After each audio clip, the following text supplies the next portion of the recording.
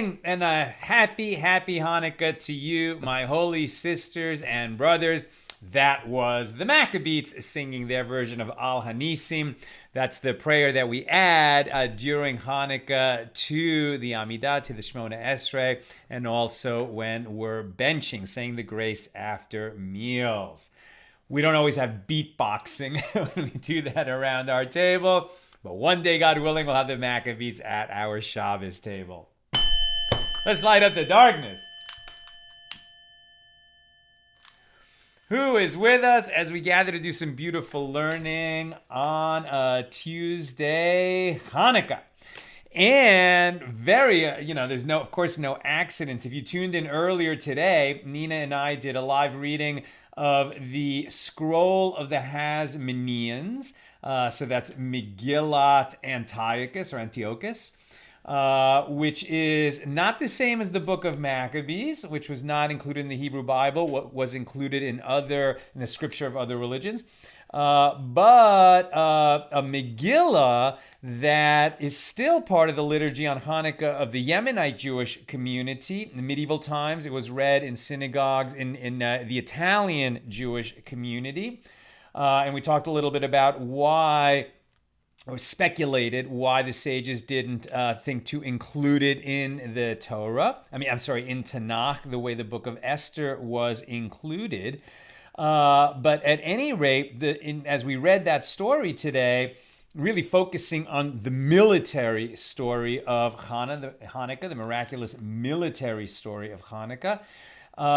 And we heard about the Greek general Nicanor in that story. And here we are just a few hours later, not by my design in any way, but surely by the Creator's design, hearing about the story of Nicanor again here on our daf that just happened to fall today. We're talking about the laws of public fast days, and just really a digression of that we happen to be telling the story of Nicanor. So twice in one day, total coincidence, but of course, no accidents. Whenever these things happen, it's special, right? It's just one of those reminders that God is running the world. Who is with us as we get together to do this learning? Pauline in Arkansas, James in Indianapolis, Stephen in Dover, New Hampshire, Tom in Pennsylvania, Renee in Indiana, Paul in Chicago, Bella in Florida, Brandon in Dayton, Ohio, Bill in Missouri. I love providential topic nights. They're some of my favorite dafs. Amen. Me too. Patrice in Utah, Sharon in New Jersey, Paul in the Great Northwest, Leona in Southern Illinois, Lucy, Minnesota, Christo in Lubbock, Leah in LA. Tom, archaeologists in Yavna have found ritual objects from the Talmudic era. Did I hear about that? I don't think so. Thank you for letting us know. I got to look that up. Randy in Palm Springs, Nancy in North Carolina, Tracy says shalom and happy Hanukkah. Heather in Kansas, Tracy is in Ohio, Shandora in the Bronx, Joe in Queens, and Christo, I love this. A now former friend of mine once told me that coincidence is God's way of remaining anonymous, what we call a coincidence, right? Linda's in Wyoming, and over there on the YouTube side, Lynn in North Texas and Aoife in Florida. Welcome, everybody. Today's episode of AT Daily is sponsored by Steve Morrow in memory of Scott Flagel. May Scott's neshama, his soul, have a great aliyah in the world of souls and the merit of our learning today. And Steve, may you and all your loved ones be showered in blessings. Thank you for enabling us to share more Torah with more people. We say amen. And a reminder to everybody, it's our annual campaign right now. All donations doubled. Help us build the AT app so we're not subject to the whims and algorithms of social media. That's at donate.accidentaltalmudist.org. And I'm sure Nina will put the link in the comments. Okay, we're going to be doing the whole daf today. We don't always do the whole daf, but we're going to do the whole daf today. Where are we holding? This is Yud Ches, page 18 here in Tractate Taanis, the 10th volume of the Talmud, generally the laws of public fasts. Here we are in chapter 2, which is only one Mishna, and we're completing chapter 2 today. So this is page 18 of Tractate Taanis. Okay. We pick it up at the very bottom of 17b. The master said above, from the 8th of Nisan until the end of the festival of Passover, the festival of Shavuos was restored, and it was decreed not to eulogize.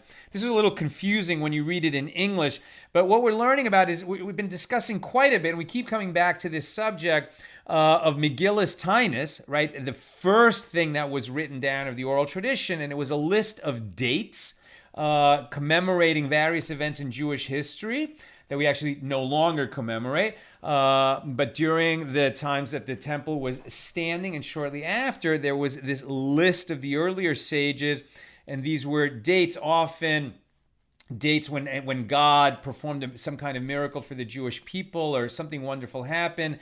And then going into the future, because the sages declared that was going to be a special day, a little bit like Purim and Hanukkah, right? The sages made those holidays. They're not holidays that were listed in the Torah. They were made holidays later. These dates didn't rise to the level of Hanukkah and Purim, which we still observe, but there were dates on which it would be prohibited to fast, prohibited to declare a fast day on those particular days to honor the miracles that God performed for us earlier in history, and also to eulogize, prohibited to eulogize. And so the sages have spent quite a bit of time and keep coming back to this subject of, well, specifically, which are those dates? Do we still observe them? I mean, this is them talking, do we still observe it? Them talking, 1,500 years ago. And also, is it permitted to have a fast day on the day before one of the dates in Megillas Taanis, or on the day after one of the dates listed in Megillas Taanis? Was it permitted to fast on the day before and the day after? Is it permitted to eulogize on the day before or the day after? On this subject of eulogizing, this is a little bit of a complex subject, and we're not going to really get into the nuances of this idea.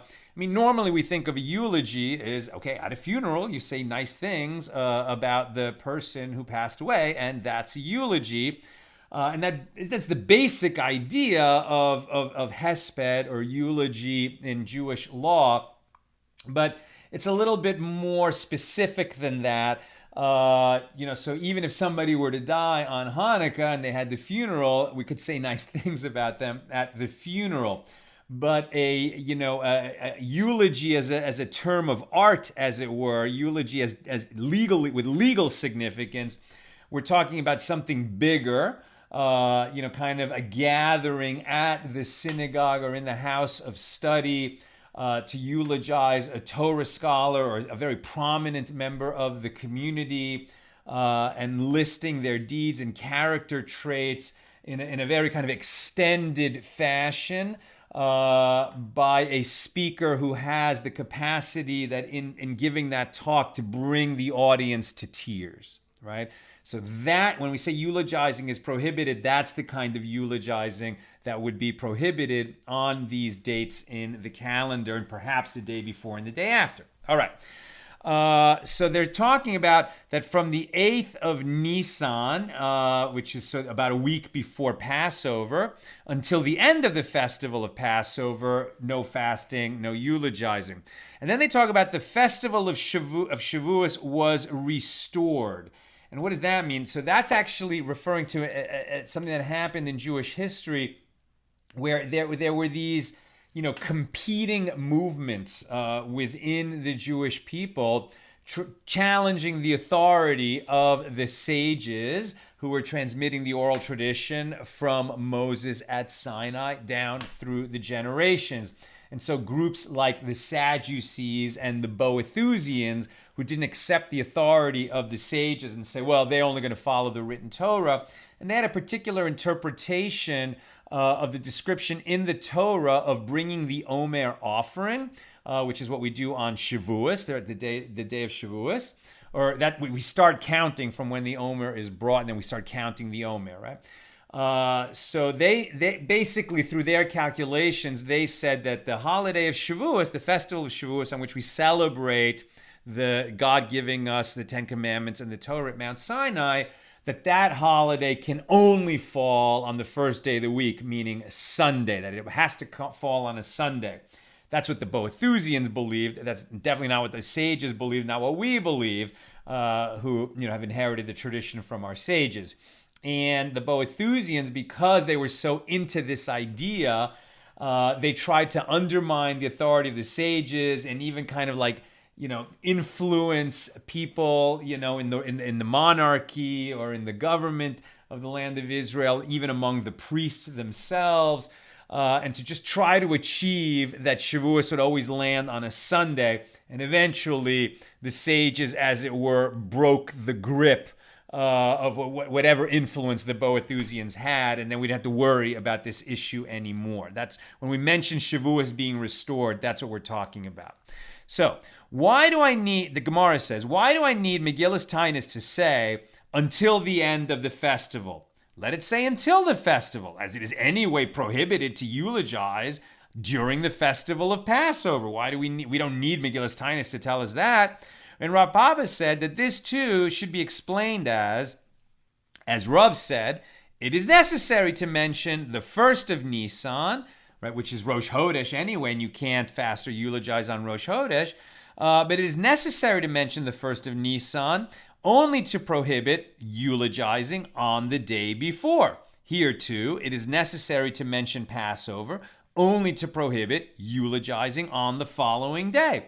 And the Gemara asks, well, in accordance with whose opinion is this ruling?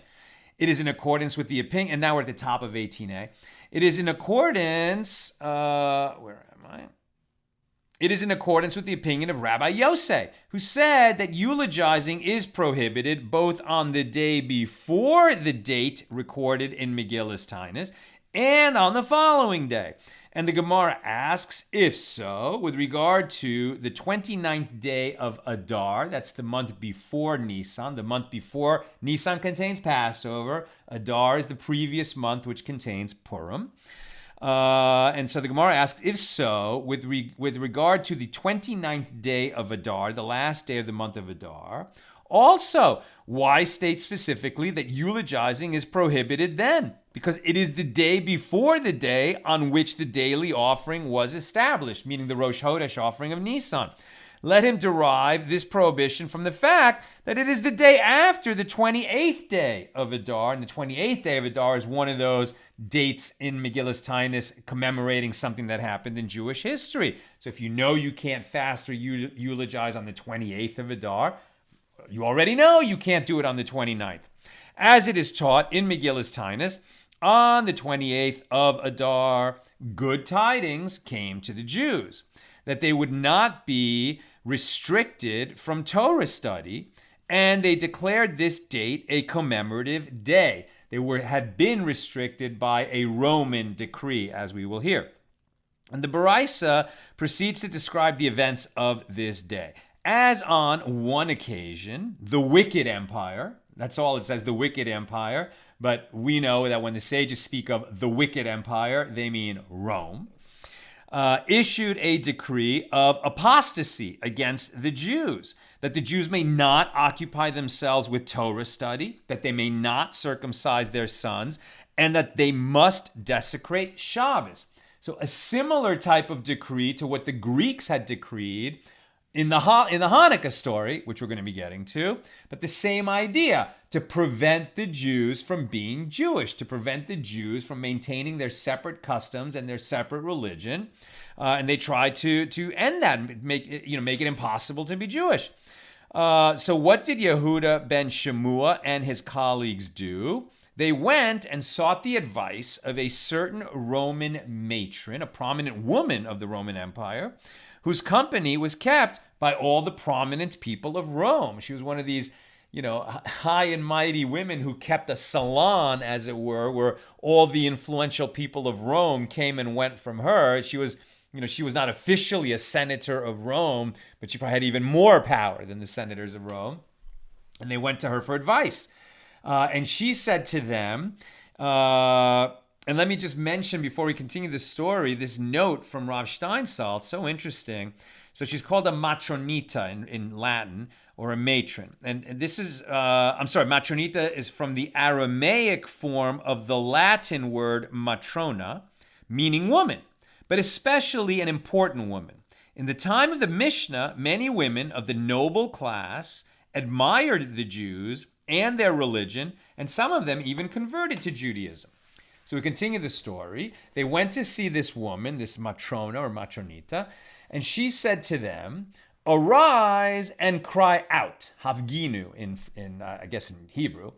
Arise and cry out at night. She gave them advice to cry out at night. So they followed her advice. They went and cried out at night, and they said, "O heaven, are we not brothers?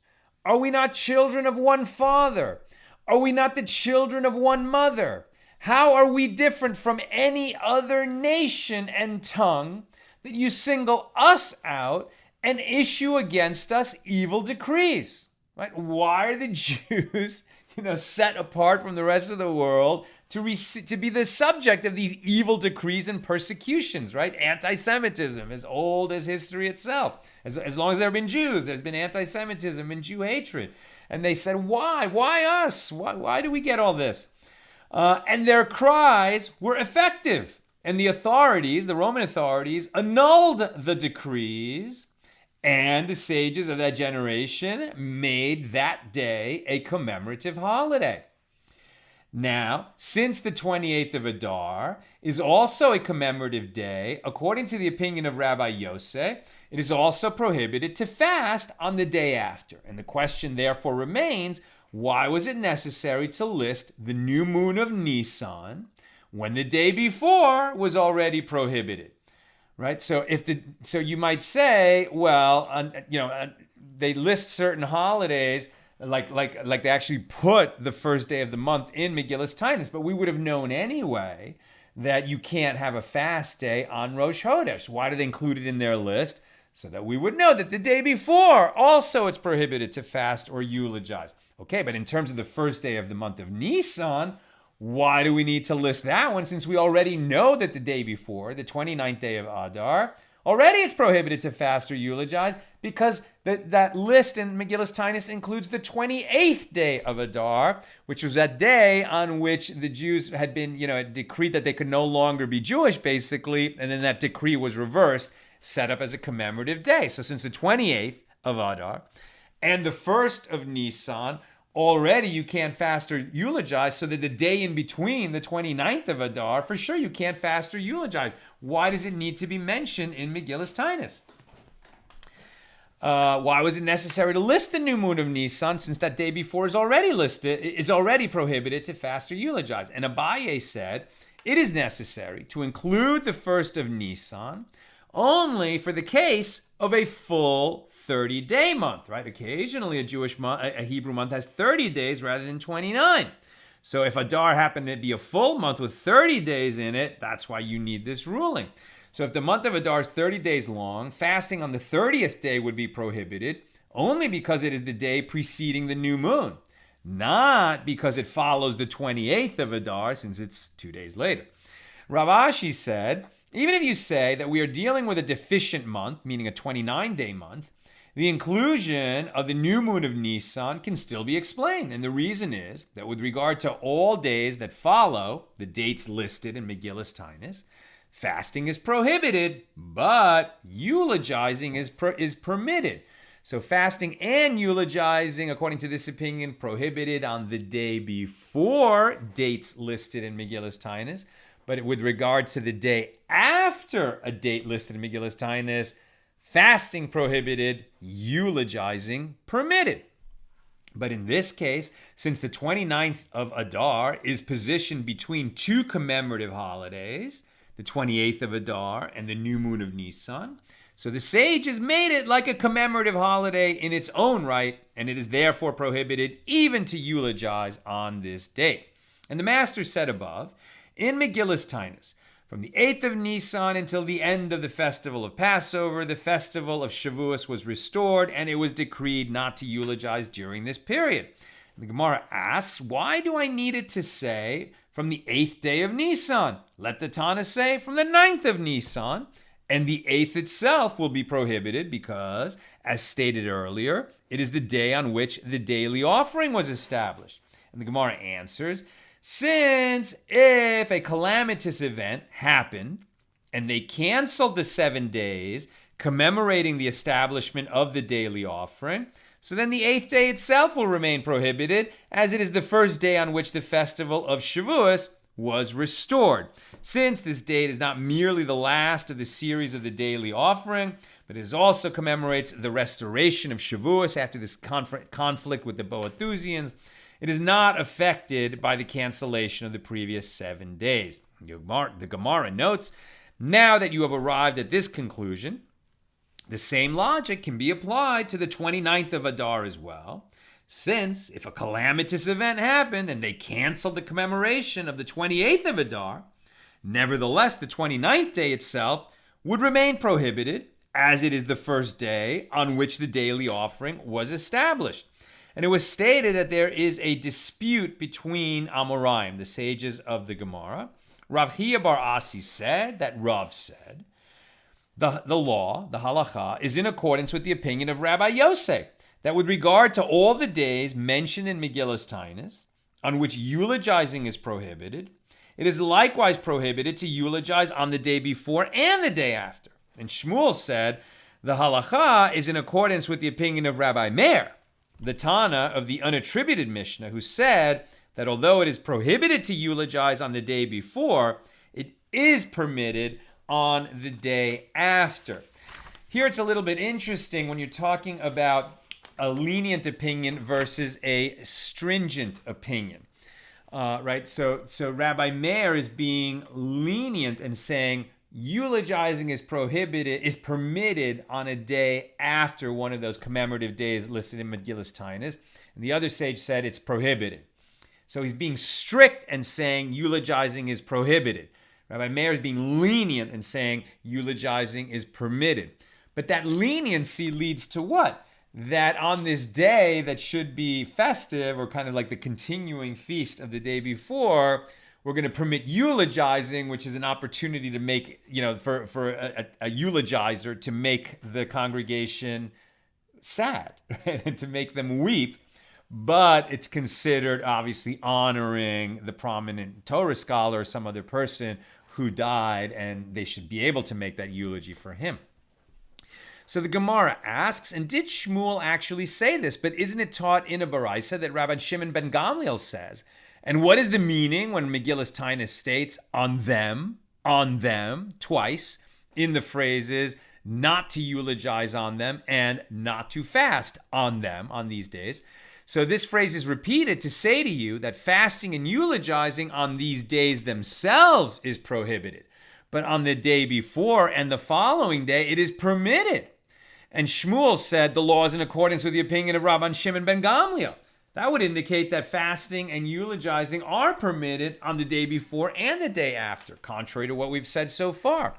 And the law, and Shmuel said, the law is in accordance with the opinion of Rabban Shimon ben Gamliel.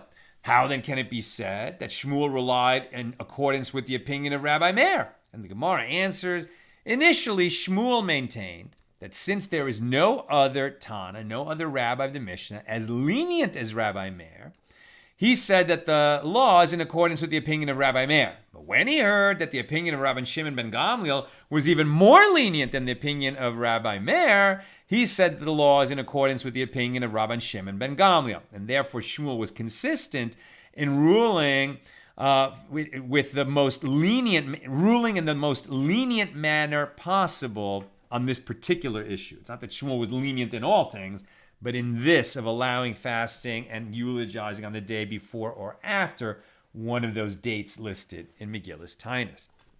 And similarly, the sage Bali said that Rabbi Chiya bar Abba said that Rabbi Yochanan said, the law is in accordance with the opinion of Rabbi Yosef. And the Gemara relates that Rabbi Chiya bar Abba said to Bali, I will explain this ruling to you. When Rabbi Yochanan said that the law is in accordance with the opinion of Rabbi Yosef, he was not referring to all matters. Rather, he spoke specifically with regard to the day before those dates concerning which Megillas Taanis said fasting is prohibited. However, with regard to those days on which it is prohibited to eulogize, he did not rule in accordance with the opinion of Rabbi Yosef, as Rabbi Yochanan maintains that eulogizing on the following day is permitted. And the Gemara asks, and did Rabbi Yochanan actually say this? But didn't Rabbi Yochanan say as a principle that the law is always in accordance with the unattributed Mishnah? We've seen this before. When we have an anonymous Mishnah, the law is in accordance with that because it means that everybody agreed on that, or the majority at least agreed on that. And we learn in a Mishnah, although the sages said, with regard to reading of the scroll of Esther on Purim, that one may read it earlier, but one may not read it later, as the sages decreed that in certain places one may read the scroll of Esther on the 11th, the 12th, or the 13th of Adar, nevertheless, it is permitted to eulogize and fast on those days. And the Gemara clarifies, when does this ruling apply? If we say that it applies to those who live in walled cities, who normally read the scroll on the 15th of Adar, and yet this year they read it on the 14th, which is everyone else, a day on which they normally are permitted to fast and eulogize, but this cannot be the case, as are they permitted to fast and eulogize at all on these days? But isn't it written in Megillas Taanis, the day of the 14th of Adar, which is Purim, and the day of the 15th of Adar are the days of Purim, on which eulogizing is prohibited. And Rava said, since these days are already mentioned in the Bible, Esther 9:18 and 19, it is necessary to state this law in Megillas Taanis only to prohibit those who live in these walled cities from fasting and eulogizing on this date, the 14th, and those living in these non-walled cities, the rest of the Jewish world, from fasting and eulogizing on the latter date, the 15th. And the Gemara continues its explanation of the difficulty, but rather the Mishnah must be referring to those who normally read the Megillah on the 14th of Adar, but who read the scroll of Esther early on the 13th. However, it is already prohibited to fast on the 13th of Adar, as it is Nicanor's day, which is a commemorative day in its own right. But rather, will you say that the Mishnah is referring to those residents of cities who normally read on the 14th, but who read it early that year on the 12th? However, the 12th of Adar is also a commemorative day. These were already days captured in Megillas Taanis, and this one on the 12th of Adar is called Trajan's Day. Turianis? No. Bitere. I'm not sure how to pronounce that. Anyway, it's Trajan as it's written in English. So rather, isn't the Mishnah referring to a case where they read the scroll of Esther on the 11th of Adar, and nevertheless the Mishnah teaches that it is permitted to eulogize and fast on this day, despite the fact that it is the day before Trajan's Day? And the opinion in this unattributed Mishnah is not in accordance with that of Rabbi Yosef, which means that there is a contradiction between the two statements of Rabbi Yochanan. So the Gemara answers, no. The Mishnah is actually referring to those who normally read on the 14th, but who read it that year on the 12th of Adar. And with regard to that which you said, that it is Trajan's Day, well, Trajan's Day itself was annulled and is no longer celebrated. Right? It was a day that was set up to be a commemorative day in Megillas Taanis, but then later something bad happened on that day, and they annulled it as a festive day, since Shemaiah and his brother Achiah were killed on that day.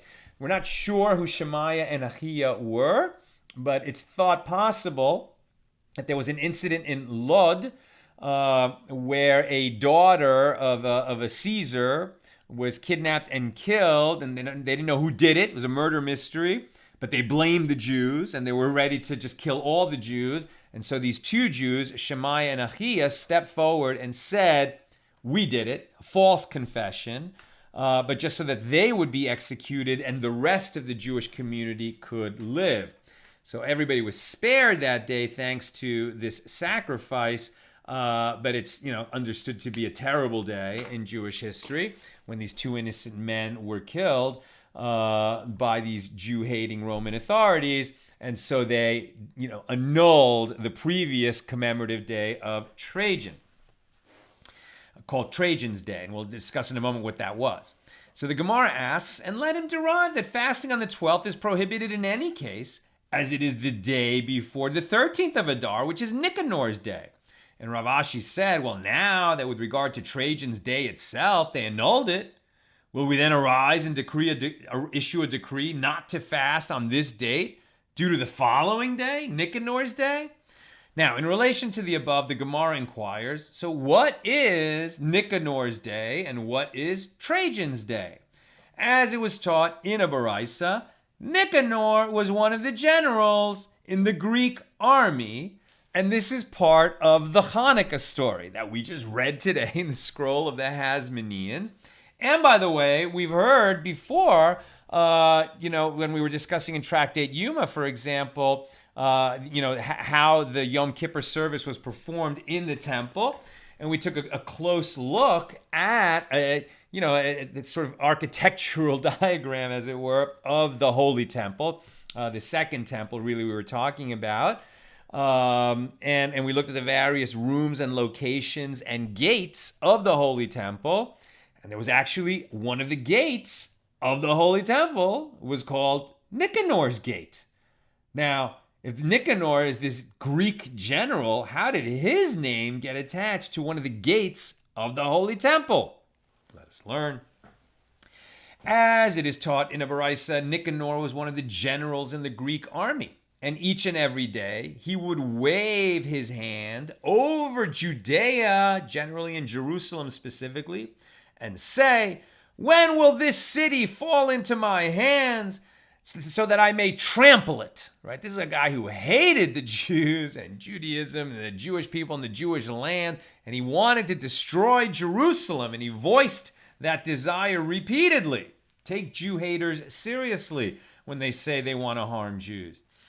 And when the Hasmonean monarchy overcame the Greeks and emerged victorious over them, that's the Hanukkah story,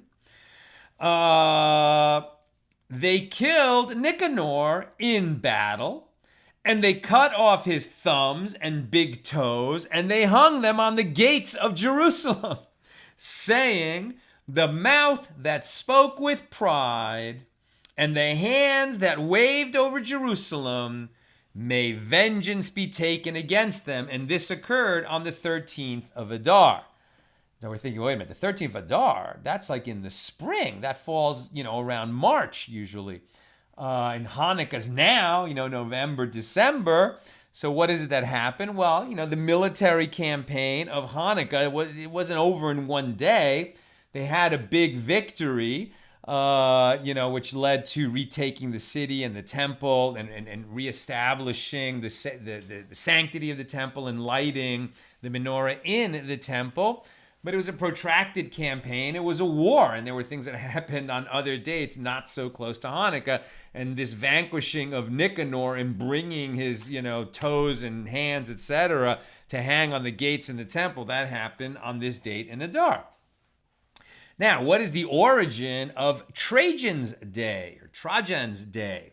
Right? It's here. It's Turianis, right? Turianis. So it's in English it's Trajan's Day, but in Hebrew Turianis. Okay, so what is the origin of Turianis' day? So they said an explanation when Trajan, sought to kill the important leaders, Iulianus and his brother Pappus in Laodicea. He said to them, if you are from the nation of Hananiah and Mishael and Azariah, well, let your God and come save you from my hand, just as he saved Hananiah, Mishael, and Azariah from the hand of Nebuchadnezzar. That's the story that we read in the book of Daniel. And Iulianus and Pappus said to him, to this Turianis, Hananiah, Mishael, and Azariah were full-fledged righteous people, and they were worthy that a miracle should be performed for them. And Nebuchadnezzar was a legitimate king who rose to power through his merit, and it is fitting that a miracle be performed through him. But this wicked man, Turianis, is a commoner. He's not a real king. They said this to this, powerful figure who sought to kill them. And he said, this king, right, this pretender king or this usurper king said to these Jews, these prominent Jews, well, you're in my hand and I'm going to kill you.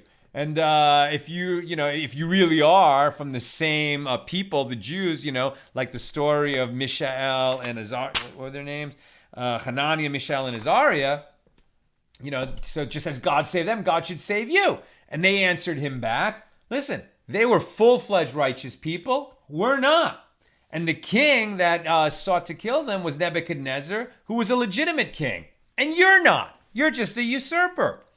And so it is not fitting that a miracle be performed through him. And Lulianus and Pappus continued, and we are not wholly righteous and have been condemned to destruction by the Almighty for our sins. They accepted their own fate. And if you do not kill us, well, then the Almighty has many other executioners. And if men do not kill us, well, the Almighty has many bears and lions in his world that can hurt us and kill us. Instead, the Holy One, blessed be he, placed us into your hands only so that he will avenge our blood in the future. Right? The chutzpah of these guys was wonderful. What he was saying to them is, you may have power over us and you may have an opportunity to slaughter a couple of God's chosen people.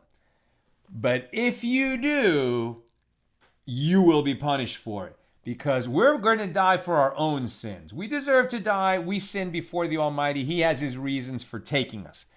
But the instrument of our demise will not go unscathed.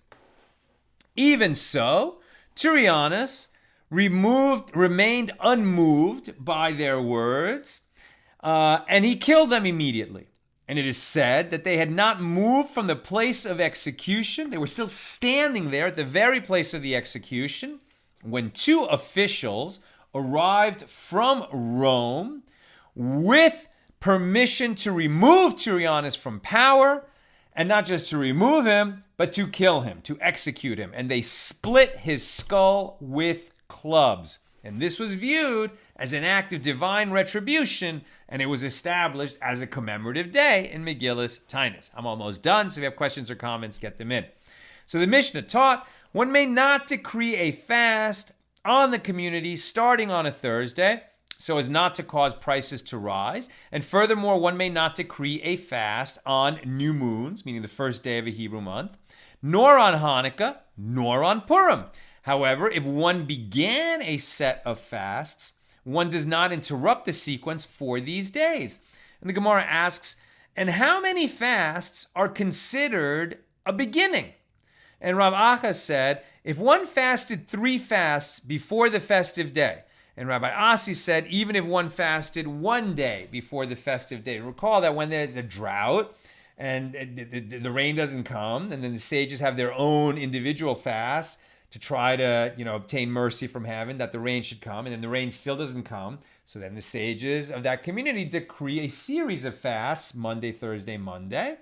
And so they're saying, so if you started that series and then you realize that one of those decreed fast days is going to land on one of these commemorative days from Megillas Taanis, are you going to observe that one or not? And that's what they're arguing about. Well, if you already started, what does it mean you already started? That you had just 1 fast day, or that you already had 3 fast days? For example, in the last series of 7 fasts, if you've already done 3, now in one of those ones that you didn't realize was going to land on a commemorative day you're still going to do it even though fasting is not permitted because you're now in that series of fasts. And finally, Rabbi Yehuda said that Rav said the law of the Mishnah is that a fast that occurs on a festival is not observed. This is the statement of Rabbi Meir, who said it in the name of Rabban Gamliel. However, the rabbis say if a communal fast occurs on one of these days, one must fast and complete the fast until nightfall. And Mar Zutra taught in the name of Rav Huna, the practical law is in accordance with the opinion of the rabbis that one fasts and completes his fast until nightfall. And what is the law? One does not decree a communal fast on a new moon, on Rosh Chodesh, nor on Hanukkah, nor on Purim, or on the intermediate days of a festival, and certainly not on a festival. However, if the community has already started a series of fasts, even if it has only observed a single one of them, and the next fast in the series falls on one of these commemorative days with special observances, then the fast is observed until nightfall. But this idea of, the leaders of a community decreeing a series of fasts, that's hasn't happened in a long time that I'm aware of. So it's not like this is happening very often. This is more one of those laws that we study in order to understand it, but is not really, that I'm aware of, put into practice in any kind of modern times. Okay, let's go to your questions and comments. Baruch atah Adonai Eloheinu melech haolam shakol yireh b'divaro. Rick Davis, is there any stipulation as to the content of eulogies? Right, so yes, there is a whole halacha of eulogies, right? And basically, when you're talking about these formal eulogies, the kind that would be prohibited on Hanukkah, for example, so they were talking about a formal gathering in the synagogue for a very prominent person, especially a Torah scholar. And then you would want to, mention like what they contributed to the Torah world and the characteristics of that person. It's sort of like the stuff we'd say in any eulogy, but it's on a bigger scale, right? A bigger scale, and very much intended to bring the people to tears in that audience. And that's why we wouldn't want that on a festive day. To learn more about the law of, the halacha of eulogizing, you can Google that. And there's a bunch of laws listed in the Shulchan Aruch, right? So that the code of Jewish law on this subject. And it's pretty easy to find, right? So halacha of eulogy, and you'll find those laws. Tom Beck, I've been wanting to ask, when the Talmud mentions the master, to whom are they referring? So we're seeing that come up pretty often, basically where one Torah scholar is talking to a more senior Torah scholar, and the master says, and the master decreed, and the master taught. And it's really a term of respect in the Torah world for one who is greater in Torah achievement than you are, older, more prominent, your teacher or your colleague's teacher, but that's when they use the term master. Bill is a big expert in Roman history, so he always has something to add. A significant number of Roman women ended up being very attracted to Judaism and to Christianity. Abrahamic, sympathetic Roman and Greek women ended up being extremely important in the first generations of Christianity, for instance, and it's not hard to see why they were so attracted. The Roman worldview was that women were a sort of incompletely formed man. But the Torah declares that they are made in the image of the everlasting one.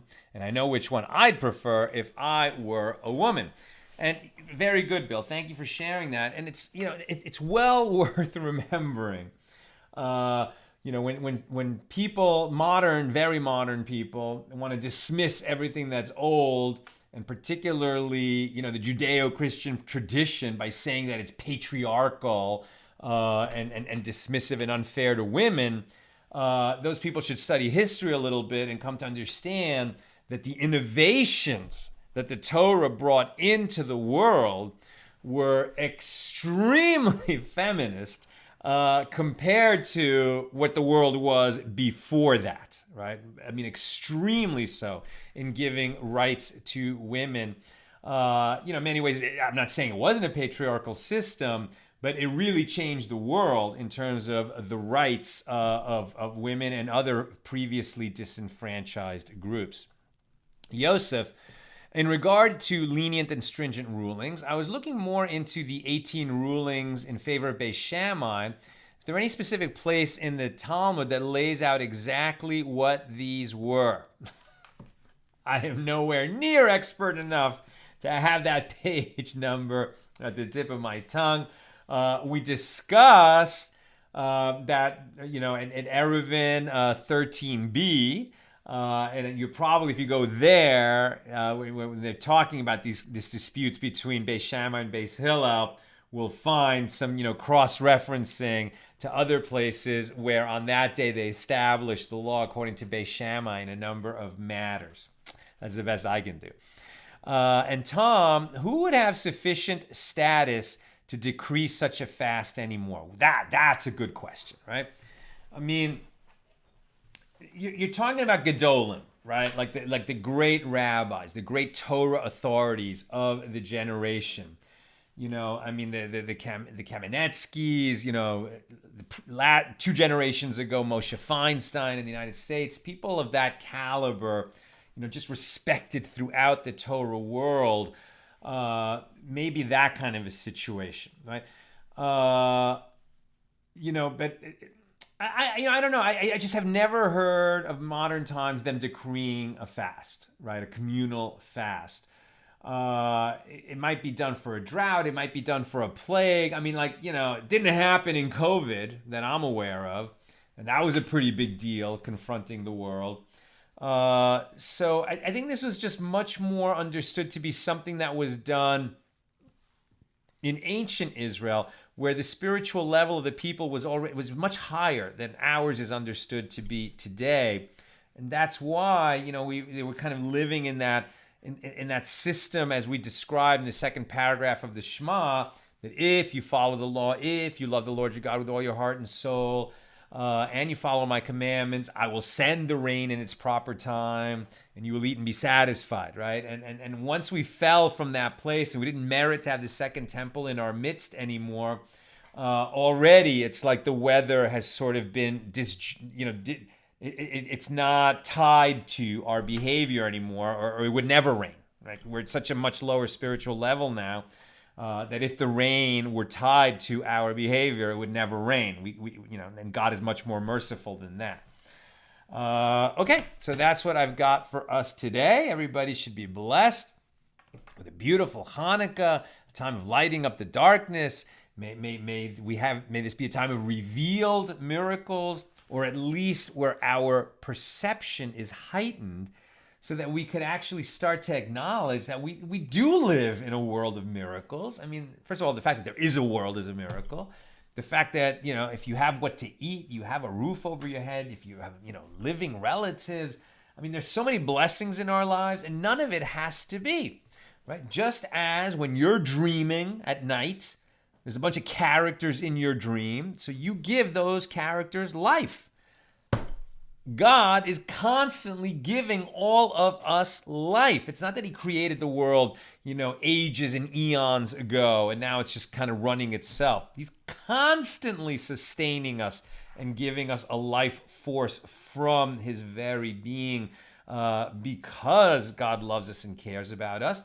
And while there's tremendous amounts of injustice in this world, these are mortal lives. It's very short compared to our immortal, eternal souls. And so when we leave this world, we'll have a much keener understanding of what this was all about. And I think we'll start to see how many miracles were being performed for us at all times. So now during Hanukkah, we have an increased sensitivity. And it's a good time to think about the miracles and blessings in our lives and to thank God for them as we gaze at the Hanukkah.